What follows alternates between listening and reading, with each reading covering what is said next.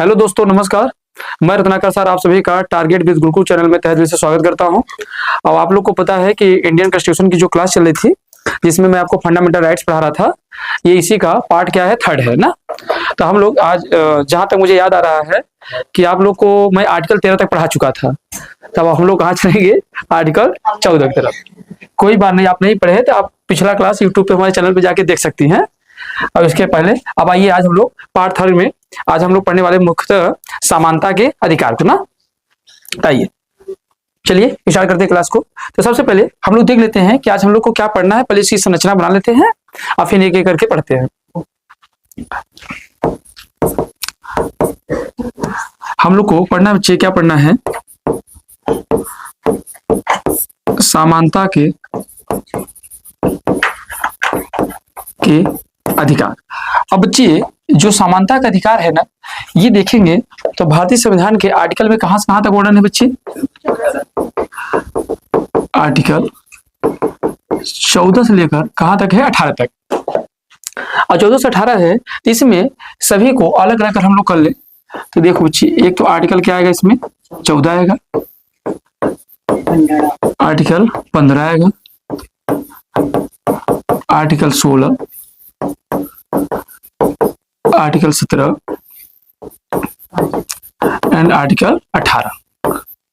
तो कुल मिला के हम लोग जब समानता के अधिकार को पढ़ेंगे तो इसमें इन सभी आर्टिकलों से होकर हमको गुजरना पड़ेगा। मतलब समझेंगे आर्टिकल 14 क्या होता है, फिर आर्टिकल 15 में क्या प्रावधान है, आर्टिकल 16 में क्या है, आर्टिकल 17 और 18। तो पहले आप लोग थोड़ी छोटी छोटी बातें जान लेंगे। इसमें क्या है, विधि के समक्ष समानता एवं विधियों का संरक्षण। राइट, इसमें क्या है तो आप समझ सकते हैं, विधियों के समक्ष समानता एवं विधियों का क्या है, संरक्षण है। वहीं अगर आर्टिकल 15 की बात करेंगे तो आर्टिकल 15 हमारी क्या बच्चे बात है, तो कुछ आधारों पे विभेद को क्या करता है, रोकता है। कुछ आधारों पर विभेद को रोकना। अब आधार क्या होते हैं बेटा, तो आधार को इसमें 5 पढ़ेंगे। धर्म, जाति, लिंग, मूल, वंश के आधार पर क्या होगा, कोई भी व्यक्ति तो किसी दूसरे व्यक्ति को भेदभाव न करे और सरकार भी किसी दूसरे व्यक्ति के साथ कोई भेदभाव न करे। तो ये बातें कहाँ मिलेंगी, आर्टिकल 15 में। भी इनकी डिटेल को आपको समझाएंगे हम। उसका आर्टिकल 16 क्या बच्चे, तो इसमें है अवसर की समानता। इसमें क्या किया गया बेटा, अवसर की समानता, अर्थात जो भी नौकरियां होंगी तो नौकरियों में सभी की भागीदारी क्या हो, सुनिश्चित हो। उसके बाद आर्टिकल 17 में क्या है, अस्पृश्यता का अंत। क्या है, अस्पृश्यता का अंत मतलब छुआछूत। तो छुआछूत के बारे में कहा मिलेंगे, आर्टिकल 17 में। और आर्टिकल 18 में क्या है, उपाधियों का अंत। उपाधियों का अंत। तो समझिएगा, कुल मिला के इन्हीं सबको हम लोग पढ़ने वाले हैं। तो आप लोग पहले यहां तक एक अपना क्या करेंगे, नोट्स बना लीजिए और फिर इसके आगे हम लोग आर्टिकल 14 पहले आज क्या करते हैं, स्टार्ट करते हैं। और आज ही ये पूरा समानता का अधिकार क्या करेंगे, हम लोग समाप्त भी करेंगे। ठीक है, तो आई होप आप लोग लिख लिए होंगे। नहीं लिख पाए हैं, लिख लीजिए।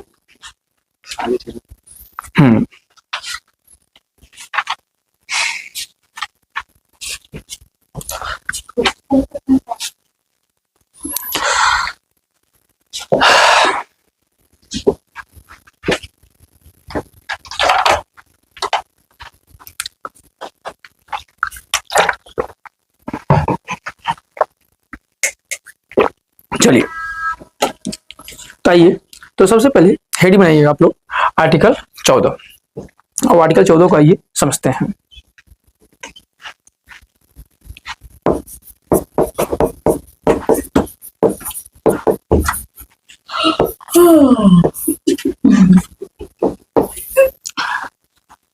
आर्टिकल 14, चलिए अब देखिए आर्टिकल 14 में देखिए क्या क्या होगा बच्चे।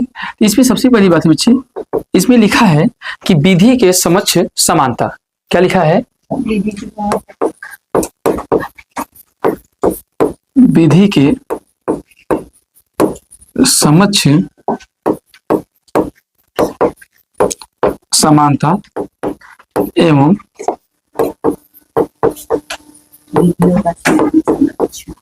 विधियों का समान संरक्षण। ठीक है, देखिए तो विधियों के समक्ष समानता एवं विधियों का समान संरक्षण यहाँ पर है। अब इसको देखेंगे तो इसमें दो पॉइंट मिलेंगे। एक तो विधियों के समक्ष क्या है, समानता, विधियों के समक्ष क्या है, समानता, और दूसरी बात क्या है, विधियों का समान संरक्षण। तो ये दोनों मतलब है क्या, और ये दोनों को मतलब को निकालने की चाहिए, तो इसमें हम लोग इसे क्या करेंगे, दो भागों में बांट के पढ़ते हैं। तो पहला पार्ट अगर हम लोग माने तो इससे बोल सकते हैं विधि के समक्ष क्या मान लेंगे, समानता। क्या मान लेंगे, विधि के समक्ष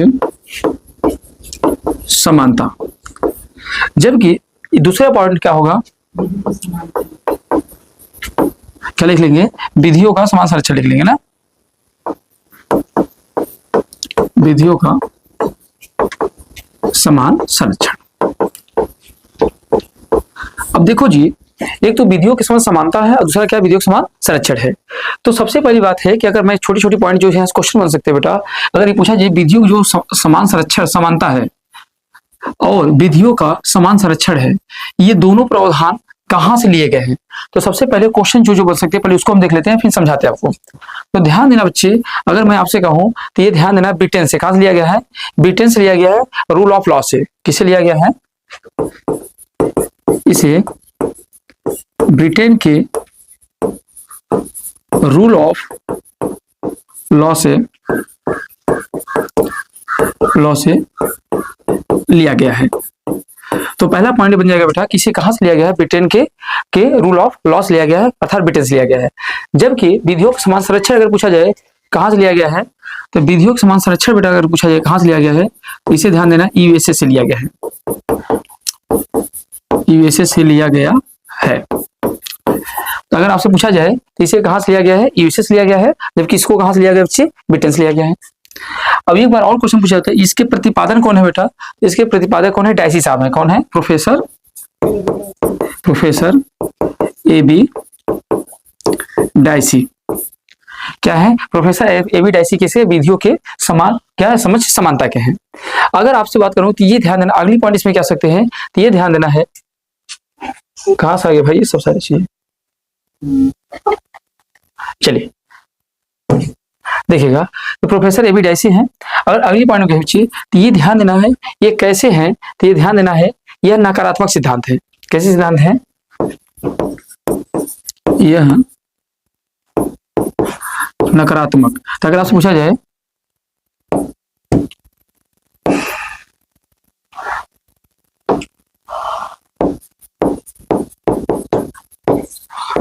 यह नकारात्मक सिद्धांत है।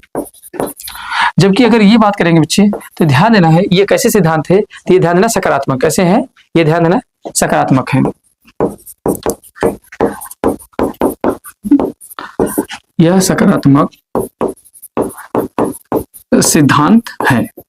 वहीं पर अगर दूसरी बात करेंगे तो अगर ये कहा जाए तो ये ध्यान देना है, अगर कहा जाए तो इसमें यह परिस्थितियों का आकलन करता है,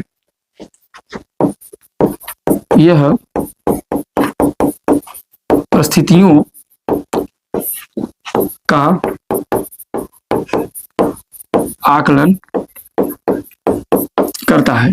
जबकि अगर यहां देखा जाए तो यह परिस्थितियों का आकलन नहीं करता है। तो यहां तक के पॉइंट आप लोग समझ चुके होंगे। अब जरा सा आइए समझते हैं कि पहले विधिक समानता होता क्या है। अब यहाँ परिस्थितियों की सभी पॉइंटों को, जितने मैंने पॉइंट यहाँ पे आपको नोट किए हैं, इन्हीं पॉइंटों से क्वेश्चन बनेंगे। अब जरा समझ लेते हैं विधिक समानता है क्या। ये कहता है कि अगर कोई व्यक्ति, चाहे कोई व्यक्ति किसी भी पद पे हो, किसी भी स्थान पे, किसी भी पोजीशन पे हो, कुछ भी हो, अगर कोई भी लॉ बन रहा है तो हर एक लॉ सभी के लिए ऊपर क्या होगा, समान लागू होगा। अगर कोई व्यक्ति होगा, अगर मान लीजिए कोई भी किसी विधियों का क्या कर रहा है, उल्लंघन कर रहा है, तो अगर कोई भी व्यक्ति किसी विधियों का उल्लंघन कर रहा है तो उसके ऊपर लगने वाला जो कानून होगा, जो सजा होगा, जो दंड होगा, सभी ऊपर क्या लगेगा, इक्वल लगेगा। जैसे अगर आपने किसी व्यक्ति ने क्या किया, किसी का मर्डर कर दिया, अगर मर्डर कर दिया तो चाहे वो महिला हो, चाहे वो पुरुष हो, चाहे वो राष्ट्रपति हो, चाहे वो प्रधानमंत्री हो, चाहे कोई भी हो, अगर उसके ऊपर आईपीसी धारा 302 लग रही है तो आईपीसी धारा 302 वो राष्ट्रपति ऊपर भी लगेगा। अगर उसमें 9 साल का सजा का प्रावधान है तो 9 साल का सजा का प्रावधान उस राष्ट्रपति को भी मिलेगा, आपको भी मिलेगा, चाहे कोई भी हो। तो इसीलिए मैंने कहा ये परिस्थितियों का आकलन नहीं करता है, ये चाहे कोई भी व्यक्ति हो, सभी की नजर में कहता है, कानून की नजर में सभी व्यक्ति क्या है, एक समान है, चाहे वो छोटा हो, चाहे बड़ा हो, चाहे कोई भी हो। अगर आपने अपराध किया है तो दंड का जो प्रावधान है वो दंड का प्रावधान सभी के ऊपर क्या लगेगा, इक्वल लगेगा, एक समान लगेगा। इसीलिए इसे कहा विधियों के समझ समानता। क्या कहा, विधियों के समझ समानता। तो विधियों के समझ समानता का मतलब क्या हो गया कि यहाँ पे जो भी विधि होंगे, चाहे वो डॉक्टर हो, चाहे इंजीनियर हो, चाहे पुलिस हो, चाहे चपरासी हो, चाहे नौकर हो, अगर कोई भी अपराध किया तो अपराध में जो सजा का प्रावधान होगा सभी पे लगने वाला क्या होगा, एक समान होगा, एक इक्वल होगा, उसमें कोई भी किसी प्रकार का कोई भेदभाव नहीं किया जाएगा। समझ आए बात की नहीं?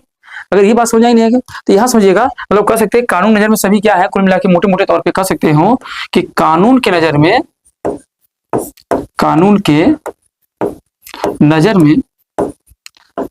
सब एक समान है, एक समान है। तो आपको नहीं लग रहा है कि ये एक ऐसी व्यवस्था है जहां पे एक ऐसी विधि है कि जहां पे राष्ट्रपति को एकदम एक आम नागरिक के समान ला के रख दे रहा है। कोई भी राष्ट्रपति हो रहा है तो राष्ट्रपति अपने आप में सर्वोच्च पद है, पर जब कानून के मामले में आ रहा है, विधि के मामले में आ रहा है, तो जो एक आम नागरिक के साथ जो भेदभाव किया जाता है कानून को लेकर, वही व्यवहार किसके साथ किया जा रहा है, राष्ट्रपति को। राष्ट्रपति भी अगर अपराध किया है तो जब न्यायालय में जाएंगे तो उसी कैटेगरी में राष्ट्रपति भी खड़ा होगा, और जहां पे कौन खड़ा होता है, आम आदमी खड़ा होता है। तो एक तरीके से कह सकते हैं ना कि समाज के अंदर वर्ग विभेद को क्या कर रहा है, समाप्त कर रहा है। जो वर्ग बना हुआ है high class and low class, उनको क्या कर रहा है, समाप्त कर रहा है, क्योंकि भाई कानून नजर में सभी क्या है, एक समान है। अगर कोई भी कानून को उल्लंघन करता है तो दंड क्या मिलेगा, वही मिलेगा। पर हाँ बिल्कुल आप कह सकते हैं कि ये सभी क्या है, कहने की बात है। देखिए हम क्या कर रहे हैं ना, हम लोग क्या कर रहे हैं, अभी किसकी बात कर रहे हैं, एसआई बनने की बात कर रहे हैं, अभी पढ़ाई करने की बात कर रहे हैं। अभी हम लोग नौकरी कर लेते हैं, हम लोग भी यही करेंगे, समझ रहे हैं ना। पहले आप पढ़ लीजिए, पहले नौकरी पा जाइए, फिर आप भी इसी का हिस्सा बनने वाले हैं। जब तक आप नहीं पाए हैं नौकरी, तब तक आपके अंदर ईमानदारी कुट कुट के भरी हुई है, और तभी तक आप विधियों का बहुत सही तरीके से उपयोग करेंगे। और जैसे आप हो जाएंगे, उन विधियों का आप कैसे प्रयोग करेंगे वो आप जानते हैं। तो पहले हो जाइए, उसके बाद फिर अच्छे कर्मों का ख्याल रखिएगा, पहले हो तो जाइए, समझ रहे हैं। तो बच्चे याद रखिएगा, तो कहने मतलब कानून की नजर में सभी क्या बच्चे एक समान है, कानून में। जबकि यहां से अगर बात करूं बेटा, तो ये ध्यान देना है, ये कैसा बात करता है, तो ये बच्चे यह न्यायपूर्ण समानता करता है, न्यायपूर्ण समानता करता है, समानता है मतलब कि परिस्थितियों का आकलन करता है। जैसे आपको बताऊं, एग्जाम्पल लेता हूं, विधियों समान संरक्षण का मतलब क्या होगा। जैसे मान लीजिए कि कोई महिला गर्भवती है, कोई महिला गर्भवती है, और जब कोई महिला गर्भवती है तो उसे मान लीजिएगा कि क्या दे दिया गया है, फांसी सजा दे दिया गया है। पर अगर उसे पता चल गया कि महिला गर्भवती है, तो गर्भवती के दौरान जब वो गर्भवती है तो उस समय उस महिला को फांसी नहीं दिया जा सकता। तो मतलब यहाँ परिस्थितियों को देखा गया कि नहीं देखा गया, कि महिला क्या है, गर्भवती है, तो गर्भवती के दौरान उसे फांसी सजा नहीं दिया जा सकता। तो उसको क्या मिल गया, विधियों का समान संरक्षण, थोड़ा सा उसे क्या मिल गया, बचाव मिल गया, फेवर मिल गया। तो इसीलिए मैंने कहा ये परिस्थितियों का आकलन करता है। अब उसे सजा मिलेगा, पर वो बच्चे को जब जन्म दे लेगी 5 साल के बाद उसे क्या कर दिया जाएगा, फांसी दे दिया जाएगा। पर 5 साल के लिए उसे तो क्या मिल गया, छूट मिल गया कि नहीं मिल गया। तो इसीलिए कहा मैंने, अब जिसे मान लीजिएगा, अब यहाँ पे इसे लाने के पीछे कारण क्या था, विधियों का समान संरक्षण। अब बताइए, कानून नजर में तो सभी कहा गया एक समान है, पर क्या आर्थिक रूप से, सामाजिक रूप से सभी लोग इक्वल हैं क्या, नहीं है। तो आर्थिक रूप से, सामाजिक रूप से लोग इक्वल नहीं है, तो जो शैक्षिक रूप से, आर्थिक रूप से, सामाजिक रूप से उठ चुके हैं तो उनके लिए विधियों का महत्व है। अब जो कुछ जानते ही नहीं है तो उनके लिए विधियों का कोई मतलब है नहीं। तो इसीलिए इन जो पिछड़े वर्ग के लोग हैं, जो एकदम पिछड़े हुए निचले तबके के लोग हैं, उनको भी बचाया जा सके, उनको भी संरक्षण किया जा सके, इसीलिए विधियों का समान संरक्षण व्यवस्था को भी क्या किया गया, लागू किया गया। जैसे समाज के निचले तबके को भी क्या मिल सके, न्याय मिल सके। जैसे मैंने आपको एग्जाम्पल दिया महिलाओं को लेकर, तो महिलाओं को बचाव को लेकर हमने क्या किया, थोड़ा सा विधियों में क्या ला दिया, नॉर्मलता ला दिया, थोड़ा सा उसके अंदर क्या ला दिया, लिबर्टी दे दिया। तो उससे क्या हो गया कि इससे क्या हुआ कि कानून का उल्लंघन भी नहीं हुआ, और प्लस मानव हित का क्या हो गया, संरक्षण भी हो गया, लोगों का विश्वास भी बना। इससे क्या होगा, तो दोनों चीज को आकलन किया जा सकता है। इसलिए बच्चे ध्यान देना, विधियों का समान संरक्षण और विधियों का समझ समानता, ये दोनों ही पॉइंट कहाँ मिलते हैं, आर्टिकल 14 में। पर यहाँ से बेटा इसके कुछ क्वेश्चन बन जाते हैं अपवाद में। अब ये क्या कहता है बच्चे, ये कहता है विधि की समझ क्या है, समान है, इक्वल है। पर कुछ ऐसे आपको प्रावधान मिलेंगे जहां पर देखेंगे ये कहता है कानून में सभी समान है, पर कुछ ऐसे आर्टिकल हैं जहां तहत आपको मिलेगा कि यहाँ देखेंगे तो भेदभाव उत्पन्न कर देगा। जैसे आपको एग्जांपल बताता हूं बच्चे, यहाँ तक पॉइंट क्लियर है? लाइए आप लोग नोट डाउन कर लीजिए या स्क्रीनशॉट लेना है तो ले लीजिए। हो गया, चलिए चलिए तो आप डालेंगे आर्टिकल 14 का अपवाद। देखिए बच्चे आर्टिकल 14 के अपवाद करेंगे। जैसे सबसे पहले बच्चे आर्टिकल देखेंगे, आर्टिकल 361 देखिए बेटा, आर्टिकल 361। अब आर्टिकल 361 क्या कहता है, ये कहता है यदि राष्ट्रपति और राज्यपाल, यदि राष्ट्रपति राज्यपाल अगर अपने पद पर बने हुए हैं तो उनके ऊपर किसी प्रकार का आपराधिक मामले नहीं चला जा सकते। जरा बताइए ये क्या कह रहा है आर्टिकल 361 कि कोई व्यक्ति अगर राष्ट्रपति है, राज्यपाल है और वो अपने पद पर है, वर्तमान में विराजमान है, तो इसके ऊपर कोई आपराधिक मामले नहीं चलाए जा सकते हैं।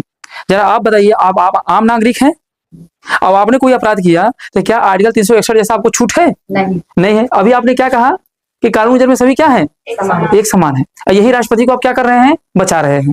तो बात समझ रहे हैं? तो ये क्या हुआ, अपवाद हुआ कि नहीं हुआ? आर्टिकल 14 क्या कहता है, विधि की नजर में सभी क्या है, एक समान है। और यही राष्ट्रपति राज्यपाल को क्या दिया जा रहा है, संरक्षण दिया जा रहा है, मतलब बचाया जा रहा है।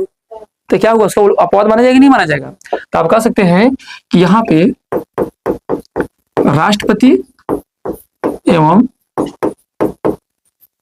राज्यपाल यदि अपने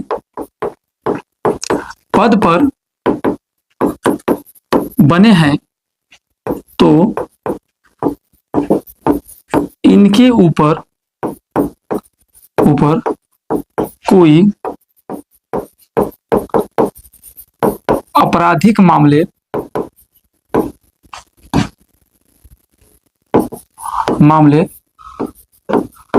नहीं चलाए जाएंगे। समझ रहे बच्चे? तो अगर ध्यान देना है, राष्ट्रपति और राज्यपाल यदि अपने पद पर बने हुए हैं तो इनके ऊपर किसी प्रकार के कोई आपराधिक मामले नहीं चलाए जाएंगे। पर हाँ, अगर बच्चे ध्यान देना, यही राष्ट्रपति, ये हमारे पास राष्ट्रपति और जो राज्यपाल है बच्चे, अगर ध्यान देना, अगर दीवानी मामला होगा, दीवानी मामला, तो बच्चे अगर दीवानी मामला होगा तो 2 महीना पूर्व सूचना देकर इनके ऊपर कार्रवाई किया जा सकता है।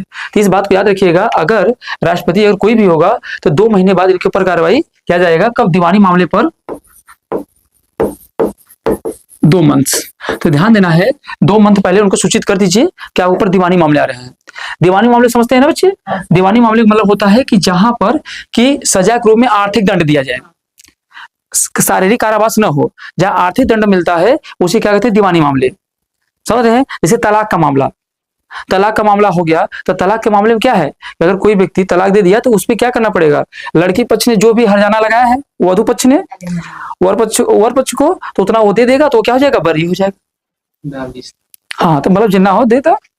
तो दीवानी मामले का अगर कोई केस होगा बच्चे, तो ध्यान देना, राष्ट्रपति और राज्यपाल को चलाया जा सकता है, पर कब चलाया जाएगा, 2 महीना पहले उन्हें क्या करना पड़ेगा, सूचित करना पड़ेगा। तो ये क्या है, आर्टिकल 14 का क्या बच्चे, अपवाद है। दूसरी बात, अगर मैं यही बात करूं बेटा, तो आर्टिकल 361 का क्या है, क है, क्या है, 300 क है। ये क्या कहता है बच्चे, इसमें है मीडिया को विशेष छूट, विशेष छूट। बताओ अब यहाँ पे क्या है, मीडिया को क्या विशेष छूट।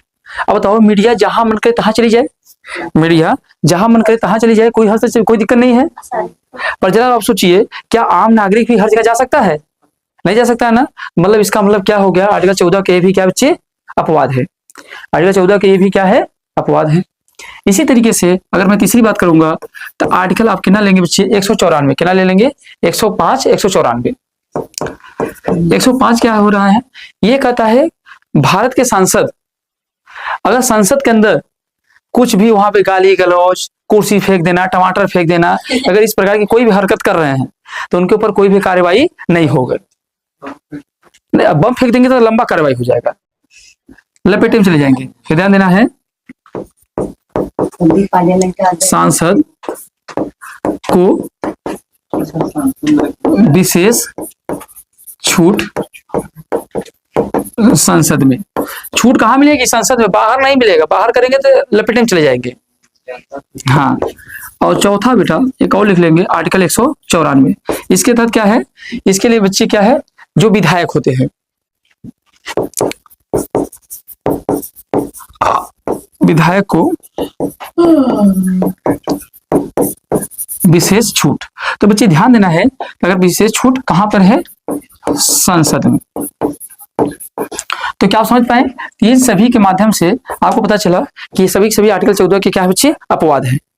ठीक, क्या है भैया, क्या बात हो, ज्यादा इंपॉर्टेंट है? कुछ पूछ लो, कुछ अगर दिक्कत हो रहा है तो। हाँ, अगर कुछ डाउट हो तो बताओ भाई, तो फिर बात क्या कर रहे हो? बस सोचिए ना, जितना सोचने नहीं दे रहे हैं उतना सोच लिए काफी आपके लिए। मैथ के बारे में बात, तो फिर मैच जाके देख लीजिए, फिर पढ़ाई मत करिए, क्या करना है? हाँ, जाके मैच देख लीजिए बढ़िया से, फिर उसके बाद बताइएगा। अभी मैथ से क्वेश्चन आया था कि पेट के एग्जाम में, तो गलती करके आए, और फिर मैच देखने की बात कर रहे हैं आप लोग। हाँ इंडिया लगा के आए थे। चलिए, तो यहाँ तक की बात क्लियर भैया? चलिए, तो ये था पूरा आर्टिकल 14 का क्या था, विवरण था। अब आर्टिकल 14 से ले दे के जो भी क्वेश्चन बनने वाले होंगे यही बनेंगे ना, इनको लगातार आप रिवीजन कर लीजिएगा। चलिए, अब डालेंगे आर्टिकल 15, लिख लिए अंकित इनको? अच्छा ठीक है, चल चल।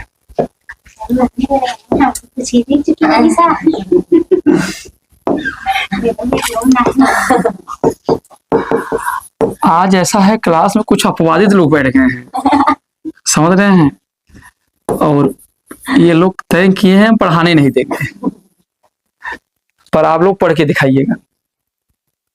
चलिए, आइए आर्टिकल 15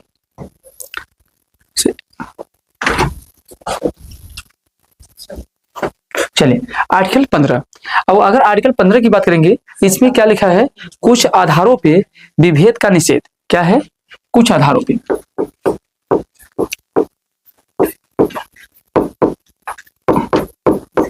कुछ आधारों पर विभेद पर निषेध, मतलब रोक है। तो कुछ आधारों पे विभेद पर निषेध है, और इसमें देखेंगे तो कुल कितने सब क्लास पढ़ने वाले हैं, तो कुल हम लोग इसमें पढ़ेंगे 5 आर्टिकलों को। कितने आर्टिकल पढ़ने वाले भैया?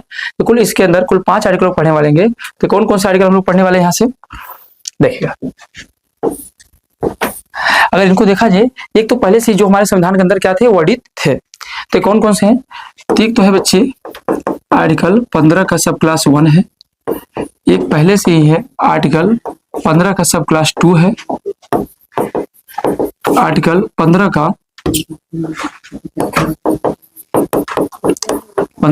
3। इसके अलावा बच्चे हमने बाद में कुछ आर्टिकलों को क्या किया, इसी के सब क्लास को क्या किया गया है, जोड़ा गया है। और कौन कौन से जोड़ा गया है अगर आपसे कहूं, तो एक तो इसमें जोड़ा गया है क्या, आर्टिकल 15 के 4 जोड़ा गया है, फिर आर्टिकल 15 का 5 जोड़ा गया है, और आर्टिकल 15 का 6 जोड़ा गया है। तो आपसे क्वेश्चन ये है कि बताइए, जो आर्टिकल 15 का क्या है, 4 है, आर्टिकल 15 का 5 है, और आर्टिकल 15 का 6 है। आप बताइए इन सभी आर्टिकलों को कब जोड़ा गया? तो पहला ये कब जोड़ा गया था, तो अगर आपसे कहूं तो ये ध्यान देना है, पहला संविधान संशोधन 1951 में जोड़ा गया था। अगर ये वाला दूसरा वाला पूछा आपसे, दूसरा कब जोड़ा गया था, तो ये ध्यान देना है आपका 93 संविधान संशोधन 2005 में जोड़ा गया था। जबकि आर्टिकल 15-16 इसको कब जोड़ा गया था, तो इसे ध्यान देना, अगर आपसे कहूं तो 103 संविधान संशोधन 2019 में जोड़ा गया। तो याद रखिएगा बच्चे, इन सभी को। तो इसमें कुल हम लोग इन सभी पॉइंटों को पढ़ने वाले हैं। तो आर्टिकल 15 1 में क्या है, आर्टिकल 15 के 2 में क्या है, आर्टिकल 15 के 3 में क्या है, आर्टिकल 15 के 4, 5 एंड द 6। तो ये सभी आर्टिकलों के एक करके क्या करेंगे, पढ़ेंगे। तो आर्टिकल 15 में सीधी सी अगर मोटे मोटे तौर पे अगर आपसे क्वेश्चन पूछ ले तो इसमें क्या लिखा गया है, तो कुछ आधारों पे विभेद पर निषेध। मतलब कुल मिला के धर्म, जाति, लिंग, मूल, वंश के आधार पर कोई भी व्यक्ति दूसरे व्यक्ति से भेदभाव नहीं करेगा। ठीक है, आइए चले पढ़ना चालू करें। चलिए, तो सबसे पहले डालेंगे बच्चे, हेडिंग बनाएंगे आप लोग आर्टिकल 15 का 1। तो इसमें क्या लिखा है बच्चे, लिखेंगे सबसे पहला पॉइंट इसमें क्या लिखा गया, तो लिखेंगे कि 5 आधारों पे, कौन सा आधार है बेटा, 5 आधार पर। और 5 आधार पे हमारे पास क्या है, धर्म है, जाति है, क्या है, धर्म, जाति, मूल वंश, धर्म, जाति, मूल वंश, लिंग,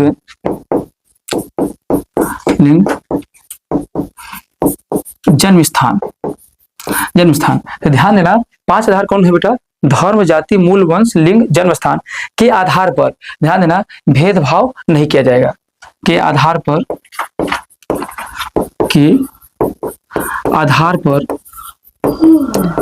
भेदभाव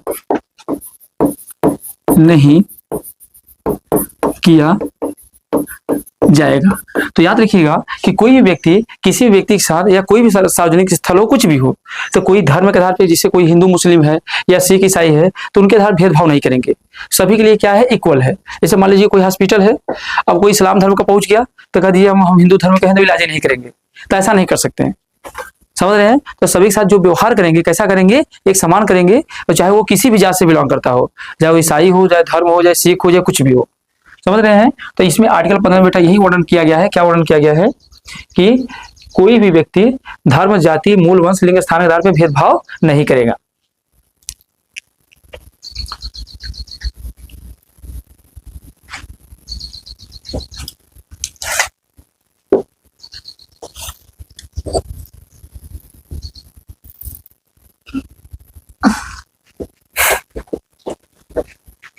चल, दूसरी बात क्या लिखा बच्चे, अगला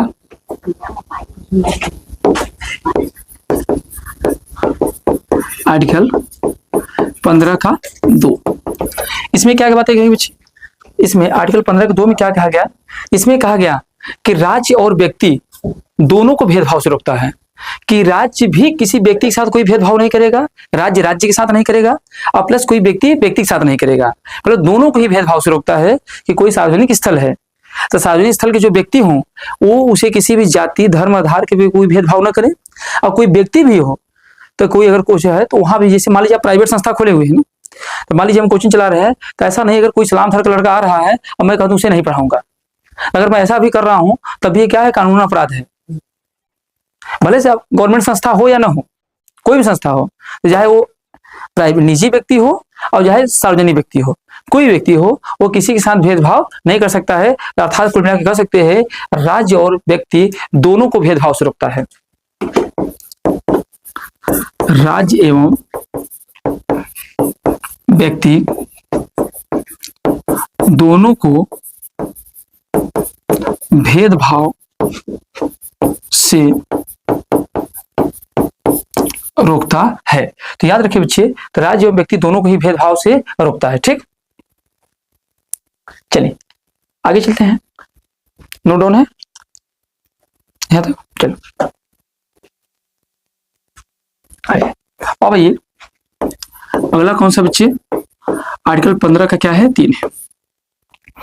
आर्टिकल 15 का 3 क्या कहता है, तो ये क्या कहता है, ये कहता है राज्य विशेष उपबंध कर सकता है। राज्य क्या कर सकता है, विशेष उपबंध कर सकता है। किसके लिए, बच्चों के लिए, महिलाओं के लिए। जैसे अगर मान लीजिए कोई महिला क्या हो, कामकाज कर रही है, वो गर्भवती है, तो उसके लिए कार्यों में क्या कर सकती है, छूट करवा सकता है। या उनके लिए जहां भी वो काम कर रहा है या महिला काम कर रही है तो उसे क्या लिए, उसे पोषक पदार्थों की मुहैया करवा सकते हैं। उसको भारी भरकम काम करने से क्या कर सकती है, रोक कर सकती है। तो ये सभी चीजें मतलब एक तरीके से कर सकते हो कि यहाँ पे विशेष प्रावधान करने मतलब वो जो भी उचित समझे उसे क्या कर सकती है, कर सकती है। तो यहाँ लिख सकते हैं आर्टिकल 15(3) में आप लिख सकते हैं कि राज्य विशेष उपबंध करेगा, किसके लिए करेगा बच्चे, बच्चों एवं महिलाओं के लिए ना। राज्य विशेष उपबंध करेगा बच्चों एवं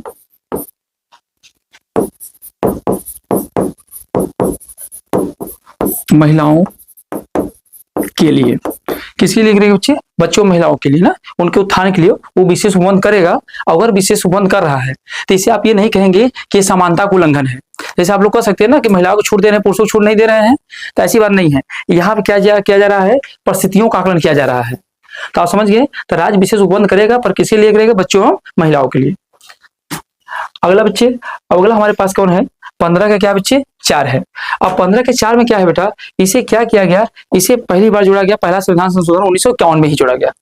और क्यों जोड़ा गया, इसमें मुख्यतः ये कहा गया कि जो सामाजिक रूप से, जो शैक्षणिक रूप से पिछड़े हुए लोग हैं, जिसे कह सकते हैं कुल मिला के यहीं से आरक्षण का जन्म होता है। पर यहाँ से जो आरक्षण का जन्म होता है वो मुख्यतः किसके लिए बात की जाती है, एजुकेशन के लिए बात की जाती है। अभी नौकरियों में आरक्षण नहीं आएंगे, नौकरियों का आरक्षण की बात हम कहाँ करेंगे, 16 में बात करेंगे। पर ले दे कि जो प्रावधान की बातें होंगी ना, सब इन्हीं से जुड़ी रहेंगी। तो इसलिए अभी आप मोटे मोटे तौर पर कह सकते हैं कि एक प्रकार से आरक्षण का जन्म हो चुका है, आरक्षण की एंट्री हो चुकी है। तो आप समझिएगा, आर्टिकल 15 के 4 में कहा जाता है, क्या कहा जाता है बेटा, अगर कोई भी, ध्यान देना कि कहा जाता है कि अगर कोई भी व्यक्ति सामाजिक शैक्षणिक रूप से पिछड़े हुए वर्ग के लिए विकास का कार्य राज्य करेगी, और अगर राज्य ऐसा कर रही है तो उसे समानता का उल्लंघन नहीं माना जाएगा। क्या कहता है कि ध्यान देना, पहली बात,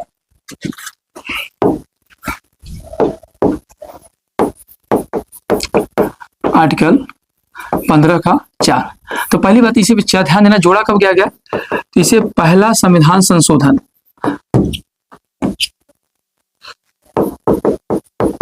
फर्स्ट कॉन्स्टिट्यूशन अमेंडमेंट एक्ट 1951 के तहत इसे क्या किया गया, जोड़ा गया। और इसमें क्या क्या कहा गया बच्चे, इसके तहत बातें क्या कहा गया, तो इसमें ये कुल मिला के कहा गया कि ध्यान देना है कि सामाजिक, जो भी कोई व्यक्ति सामाजिक रूप से, शैक्षणिक रूप से पिछड़ा हुआ होगा, तो उसके लिए विकास के लिए राज्य विशेष कार्य कर सकती है ना। तो कह सकती है ऐसे व्यक्ति जो सामाजिक एवं शैक्षणिक रूप से पिछड़े हुए हैं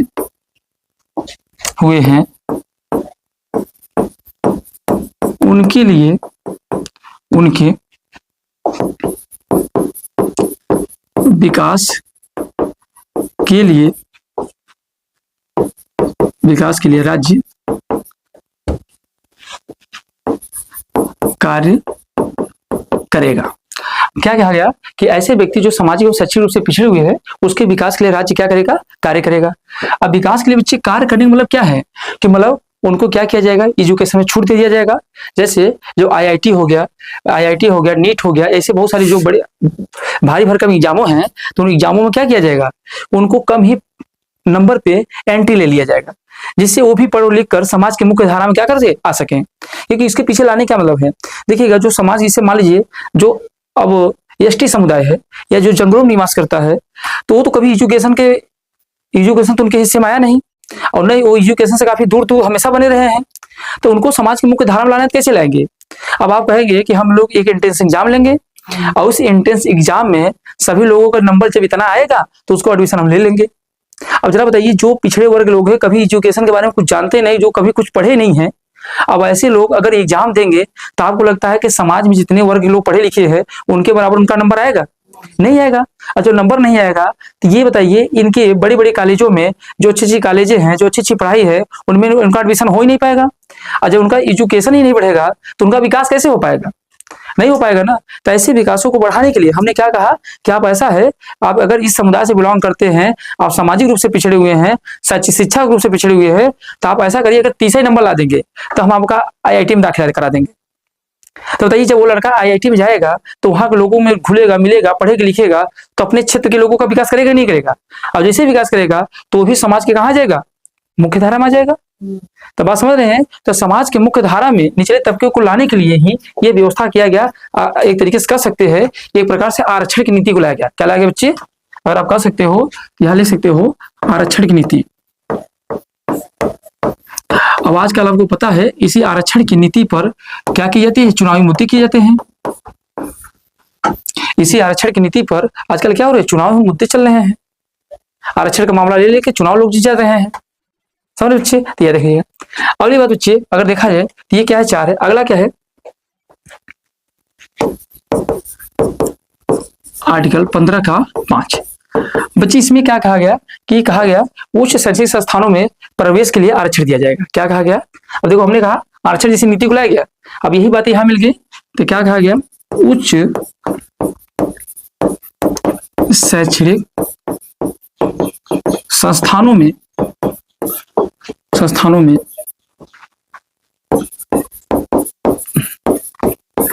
आरक्षण की नीति लागू होगी। मतलब बच्चे कि मतलब क्या आपको बताऊं कि जो भी जैसे मान लीजिए आईआईटी, मैंने क्या बताया बच्चे आईआईटी हो गया, फिर हो गया जेई मेंस हो गया बेटा, जो बड़े बड़े एग्जाम है जेई मेंस हो गए, तो ये जितनी भी सभी चीजें हैं तो इन सभी चीजों में देखेंगे तो ध्यान देना है। इन सभी चीजों में अगर आप देखेंगे जो बड़े बड़े एग्जाम हैं उन सभी में क्या किया जाएगा, आरक्षण की नीति को लागू किया जाएगा। मतलब जो निचले तबके पढ़े लिखे लोग कम हैं वो कम ही नंबर में इनका यहाँ पे दाखिला हो जाएगा। और जो कम नंबर में इनका दाखिला हो जाएगा तो पढ़ाई लिखाई करेंगे तो ये भी समाज के मुख्य धारा में आके क्या हो जाएंगे, जुड़ जाएंगे। तो इसीलिए आर्टिकल 15 के क्या आएगा बच्चे, 5 आएगा। अब इसके बाद इसी में आर्टिकल 15 करना आ गया बच्चे 5 आ गया और आर्टिकल 5 के तहत ये सारी बातों को किया गया। तो बताइए अब यहीं पर बच्चे अगर थोड़ी सी मैं बता रहा हूं आज को, पर ये चीजें मुख्यतः हम लोग पढ़ेंगे कहाँ पे, 6 में पढ़ेंगे। कहाँ पढ़ेंगे, 16 में पढ़ेंगे। पर आप जान लीजिएगा आर्टिकल 15 का 6 का मुख्यतः तात्पर्य किससे है, ईडब्ल्यूएस से है। तो ध्यान देना इसमें क्या किया गया बच्चे, इसे 103 संविधान संशोधन 2019 के द्वारा क्या किया गया बेटा, जोड़ा गया। पहली बात तो अब इसमें क्या किया गया, ईडब्ल्यूएस को 10% का क्या दिया गया, आरक्षण। तो ईडब्ल्यूएस को जो 10% का आरक्षण मिलता है कहाँ मिलता है, 15 के 6 में। और यहाँ 15 का 6 का तात्पर्य किससे बच्चे, ये ध्यान देना 15 का 6 का तात्पर्य किससे है बच्चे, तो ये ध्यान देना कुल मिला के किससे है, एजुकेशन से। किससे है, एजुकेशन से है। और जब नौकरियों की बात करेंगे तो कहाँ पाएंगे, 16 में आएंगे। कहाँ पाएंगे, 16 में आएंगे। अब अगर एजुकेशन की बात करेगा तो कहाँ आएंगे, 15 में। तो क्या आप बातें समझ पाए क्या क्या कहा गया इसमें आर्टिकल 15 में बच्चे।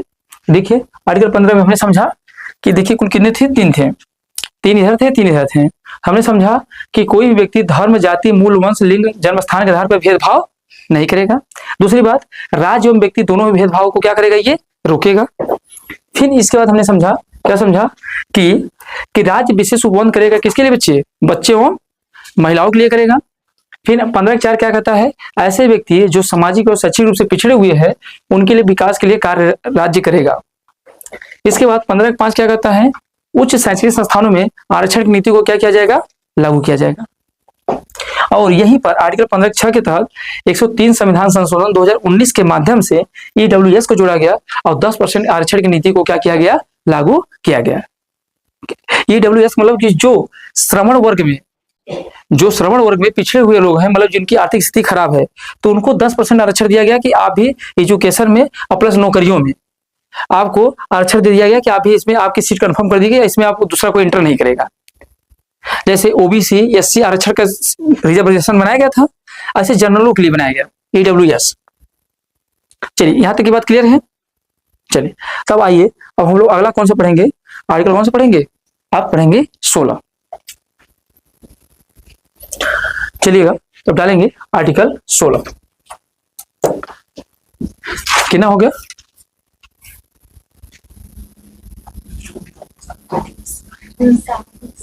अच्छा चलिएगा हम आप लोग को आर्टिकल 16 और 17 18 को क्या करेंगे, नेक्स्ट पार्ट में अपलोड कर देंगे ना, क्योंकि वीडियो ज्यादा लंबा ना हो पाए इसलिए छोटे छोटे पार्ट में पढ़ेंगे। तो अब इन दोनों को यहां तक आप समझ पाए हैं।